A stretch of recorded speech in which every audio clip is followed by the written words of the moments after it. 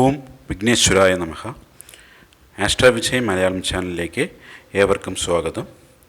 നാം ഇന്നിവിടെ പരിശോധിക്കാൻ പോകുന്നത് വൃശ്ചിക ലഗ്നത്തെക്കുറിച്ചാണ്. വൃശ്ചികം ഒരു സ്ഥിരരാശിയാണ്. കാലപുരുഷൻ്റെ 8ാമത്തെ രാശിയാണിത്. ഒരുപാട് രഹസ്യങ്ങൾ നിറഞ്ഞ രാശിയാണിത്. അതുകൊണ്ട് തന്നെ വൃശ്ചികം ലഗ്നമായിരിക്കുന്നവരുടെ സ്വഭാവത്തിൽ ഒരു രഹസ്യ സ്വഭാവം ഉണ്ടായിരിക്കും. ഇവരെക്കുറിച്ച് മനസ്സിലാക്കുക എന്നുള്ളത് വളരെ പ്രയാസമുള്ള ഒരു കാര്യമാണ്. ഈ ലഗ്നത്തിൽ ജ്ഞാനകാരകനായ കേതു ഭഗവാൻ ഉച്ചവും മനോകാരകനായ ചന്ദ്രൻ നീചവും ആയിരിക്കുന്നു. അതുകൊണ്ട് തന്നെ ഇവർ സ്വന്തം കാര്യത്തിന് മാത്രം അമിത പ്രാധാന്യം കൊടുക്കുന്ന വ്യക്തികളായിരിക്കും. അതിനു കാരണം തന്നെ ഇവരുടെ ബാല്യകാലത്തുള്ള അമിത കഷ്ടപ്പാടുകളും അനുഭവങ്ങളും ആയിരിക്കും. ഇവർ കൂടുതൽ മനോബലവും ധൈര്യവുമുള്ള വ്യക്തികളായിരിക്കും. എത്ര തന്നെ സങ്കീർണമായ ജീവിതാനുഭവങ്ങളിലും ഇവർ ധൈര്യത്തോടെ അഭിമുഖീകരിക്കുകയും അതിനെയെല്ലാം മറികടന്ന് ജീവിതത്തിൽ വിജയം കൈവരിക്കുന്ന വ്യക്തികളുമായിരിക്കും. ഭാഗ്യാധിപൻ ചന്ദ്രനായിരിക്കുകയും ആ ചന്ദ്രൻ ഇവരുടെ ലഗ്നത്തിൽ നീചമാകുന്നു എന്നുള്ളതുകൊണ്ട് ഇവർക്ക് പൊതുവെ ഭാഗ്യം കുറവായിരിക്കും. എല്ലാം തന്നെ വളരെ കഷ്ടപ്പെട്ട് നേടേണ്ടതാകുന്നു. പക്ഷേ ഈ കഠിന പ്രയത്നം കൊണ്ടാണ് ഇവർ പിന്നീട് ജീവിതത്തിൽ ഉന്നതിയിൽ എത്തിച്ചേരുകയും ചെയ്യുന്നു.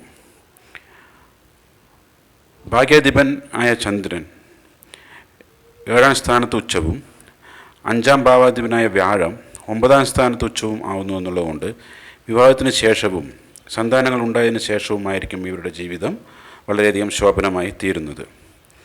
10ാം ഭാവാധിപനായി വരുന്നത് സൂര്യനാണ്.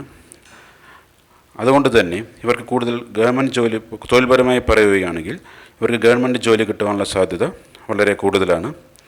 അല്ലെങ്കിൽ തന്നെ വേറെ ഏതെങ്കിലും രീതിയിൽ ഗവൺമെൻറ് തലത്തിൽ സ്വാധീനമുള്ള വ്യക്തികളായിരിക്കും. കാലപുരുഷൻ്റെ 8ാം സ്ഥാനം ഇവർക്ക് ലഗ്നമായി വരുന്നതുകൊണ്ട് ഇവർ പൊതുവെ ഗവേഷണപരമായ തൊഴിലുകളിൽ ശോഭിക്കാറുണ്ട്. കൂടാതെ real estate, military, police, surgeons തുടങ്ങിയ മേഖലകളും ഇവർക്ക് വളരെയധികം അനുയോജ്യപ്രദമാണ്. ഇനി നമുക്ക് ഈ വൃശ്ചിക ലഗ്നത്തിൽ ജനിച്ച വ്യക്തികൾക്ക് ഏതെല്ലാം ദശകളാണ് ജീവിതത്തിൽ നന്മ ചെയ്യുക, ഏതെല്ലാം ദശകളാണ് കുറച്ച് പ്രശ്നങ്ങളുണ്ടാക്കുക എന്നുള്ളത് പരിശോധിക്കാം. വൃശ്ചിക ലഗ്നക്കാർക്ക് ഏറ്റവും ഗുണം ചെയ്യുന്ന ദശ ഗുരുഭഗവാൻ്റെതാണ്. ഗുരുഭഗവാന് കിട്ടിയിരിക്കുന്ന ആധിപത്യം 2 എന്ന ഭാവത്തിൻ്റെയും 5 എന്ന ത്രികോണ ഭാവത്തിൻ്റേതുമാണ്. കൂടാതെ ഗുരുഭഗവാനും ചൊവ്വയും തമ്മിൽ നല്ല ബന്ധത്തിലുമാണ്. അതുകൊണ്ട് ഏറ്റവും കൂടുതൽ ഗുണം ചെയ്യുന്ന ദശ വ്യാഴദശ തന്നെയായിരിക്കും. അതിനടുത്ത് വരുന്നത് സൂര്യദശയാണ്. സൂര്യന് കിട്ടിയിരിക്കുന്ന ആധിപത്യം 10 എന്ന കേന്ദ്രഭാവത്തിൻ്റേതാണ്. ഈ 10 എന്ന കേന്ദ്രഭാവത്തിൻ്റെ ആധിപത്യം കിട്ടുകയും ലഗ്നാധിപനായ ചൊവ്വയുടെ ഉത്തമ മിത്രവുമായതുകൊണ്ട് സൂര്യദശയും വൃശ്ചികലഗ്നക്കാർക്ക് വളരെയധികം ഗുണമാണ് ചെയ്യുന്നത്. അതിനടുത്തതായി വരുന്നത് ചന്ദ്രദശയാണ്. ചന്ദ്രൻ കിട്ടിയിരിക്കുന്ന ആധിപത്യം 9 എന്ന ത്രികോണ ഭാവത്തിൻ്റേത് മാത്രമാണ്. ഒരു സ്ഥിരലഗ്നമായ ത്തിന് 9ാം ഭാവം ഒരു ബാധകാധിപത്യം എന്നൊരു ചെറിയ ദോഷം വരുന്നുണ്ടെങ്കിൽ കൂടെ ചന്ദ്രൻ അത്രയധികം ഒരു മോശപ്പെട്ട സ്ഥിതിയൊന്നുമല്ല ചെയ്യുന്നത്. വളരെ നന്നായിരിക്കാനാണ് സാധ്യത. ഇവയ്ക്ക് പിന്നെ വ്യാഴത്തിൻ്റെ ദൃഷ്ടിയോ ഒന്നും കിട്ടുകയാണെങ്കിൽ കൂടുതൽ മെച്ചപ്പെട്ടിരിക്കും. അപ്പോൾ പൊതുവെ ഗുരു, സൂര്യൻ, ചന്ദ്രൻ എന്നീ ദശകൾ പൊതുവെ ഒരു 85% മേലെ ഗുണം ചെയ്യാനുള്ള സാധ്യത വൃശ്ചിക ലഗ്നക്കാർക്ക് ഉണ്ട്. 4 ഗ്രഹങ്ങളാണ് ശുക്രൻ, ചൊവ്വ, ശനി, കേതു എന്നിവ. ഇതിൽ ആദ്യമായി ശുക്രനെ കുറിച്ച് നോക്കാം.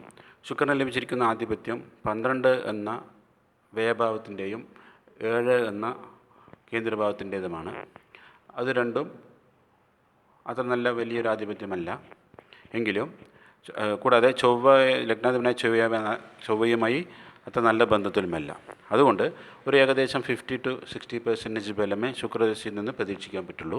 പിന്നെ വ്യാഴത്തിൻ്റെ യോഗമോ വ്യാഴത്തിൻ്റെ ദൃഷ്ടിയോ എന്നിവ ലഭിക്കുകയാണെങ്കിൽ കുറച്ച് ഗുണഫലം കൂട്ടിക്കിട്ടുവാനും സാധ്യതയുണ്ട്. അതിനടുത്തതായി ചൊവ്വയാണ്. ചൊവ്വയ്ക്ക് കിട്ടിയിരിക്കുന്ന ആധിപത്യം ലഗ്നാധിപൻ തന്നെയാണ് ചൊവ്വ.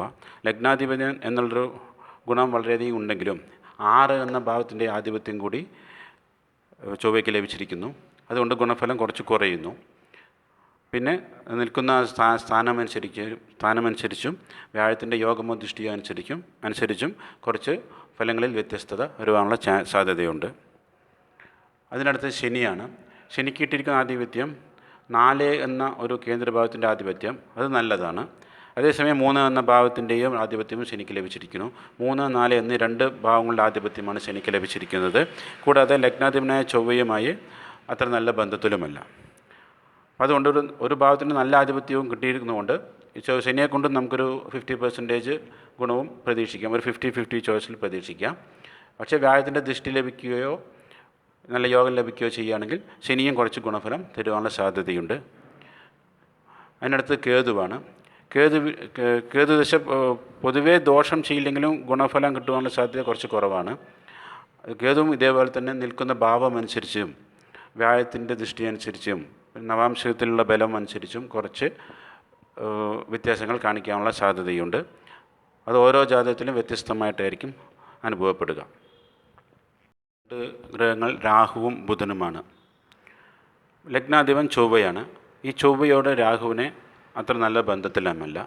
അതുകൊണ്ട് പൊതുവെ വൃശ്ചിക ലഗ്നക്കാർക്ക് രാഹുദശ നന്നായിരിക്കാനുള്ള സാധ്യത വളരെ കുറവാണ്.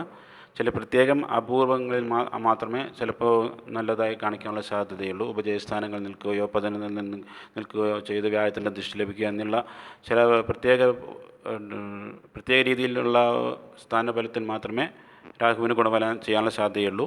എങ്കിലും വളരെ കുറവായിരിക്കും ഗുണഫലം ലഭിക്കുക എന്നുള്ളത്. അതിനടുത്തത് ബുധനാണ്. ബുധന് കിട്ടിയിരിക്കുന്ന ആധിപത്യം 8 എന്ന അഷ്ടമഭാവത്തിൻ്റെയും 11 എന്ന ഭാവത്തിൻ്റെയുമാണ്. രണ്ടും അത്ര നല്ല ആധിപത്യമല്ല. കൂടാതെ ലഗ്നാധിപനായ ചൊവ്വയുമായും അത്ര നല്ല ബന്ധത്തിലുമല്ല. അപ്പോൾ പൊതുവെ ബുധദശ വൃശ്ചികലഗ്നക്കാർക്ക് നല്ലത് ചെയ്യാറില്ല. എങ്കിലും വ്യാഴത്തിൻ്റെ ദൃഷ്ടി ലഭിക്കുക, യോഗം ലഭിക്കുക എന്നിങ്ങനെയുള്ള ചില പ്രത്യേക അവസരങ്ങളിൽ കുറച്ച് ഗുണഫലം കൂട്ടിക്കാണിക്കാനുള്ള സാധ്യതയുണ്ട്. അപ്പോൾ പൊതുവെ ഗുരു, സൂര്യൻ, ചന്ദ്രൻ എന്നിവ വളരെയധികം ഗുണം ചെയ്യുന്ന ദശകളായും ശുക്രൻ, ചൊവ്വ, ശനി, കേതു എന്നിവ ഒരു മീഡിയം 50-60% മാത്രം ബലം കാണിക്കുന്ന ദശയായും രാഹു, ബുധൻ എന്നിവ അത്രയൊന്നും ഗുണഫലം തരാത്ത ദശകളുമായിട്ടാണ് വൃശ്ചികലഗ്നക്കാർക്ക് അനുഭവപ്പെടുക. എങ്കിലും പ്രത്യേക യോഗങ്ങൾക്കനുസരിച്ച്, കോമ്പിനേഷനുകൾക്കനുസരിച്ച്, വ്യാഴത്തിൻ്റെ ദൃഷ്ടി യോഗങ്ങളനുസരിച്ച് ഈ ഫലങ്ങളിൽ ഏറ്റക്കുറച്ചുകൾ ഉണ്ടാകുവാനും ഗുണഫലം കൂട്ടിക്കിട്ടുവാനും സാധ്യതയുണ്ട്. ഇനി അടുത്ത വീഡിയോയിൽ നമുക്ക് ധനുലഗ്നത്തെക്കുറിച്ച് പരിശോധിക്കാം.